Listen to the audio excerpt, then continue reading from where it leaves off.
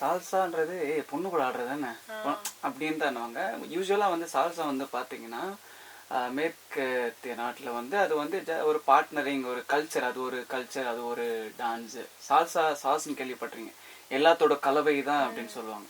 அதுவும் வந்து ஒரு டைப் ஆஃப் ஃபியூஷன், அது ஒரு டைப் ஆஃப் ஸ்ட்ரீட் ஸ்டைலு. அது கற்றுக்கும் போது அதுக்கு சில பாடி லாங்குவேஜ் வரும், ஓகேங்களா.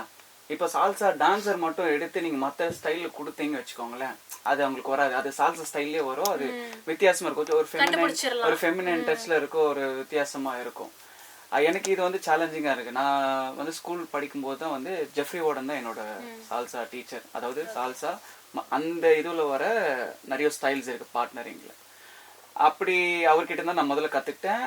ஆனால் அங்கே அந்த சால்சா கற்றுக்கும் போது எனக்கு சில பேர் சொல்லுவாங்க, கிளாசிக்கல் கற்றுக்கிட்டா மற்ற ஸ்டைல் கற்றுக்கிறதும் ரொம்ப ஈஸியாக ஆகிடும் அப்படின்னு சொல்லுவாங்க. எனக்கு வந்து இந்த சால்சா கற்றுக்கிட்டது வந்து மற்ற ஸ்டைல் வந்து ஈஸியாக இது பண்ண முடிஞ்சு, அந்த ஸ்டைலில் வந்து என்னோட ஃப்ளேவர் ஆட் பண்ண முடிஞ்சுது.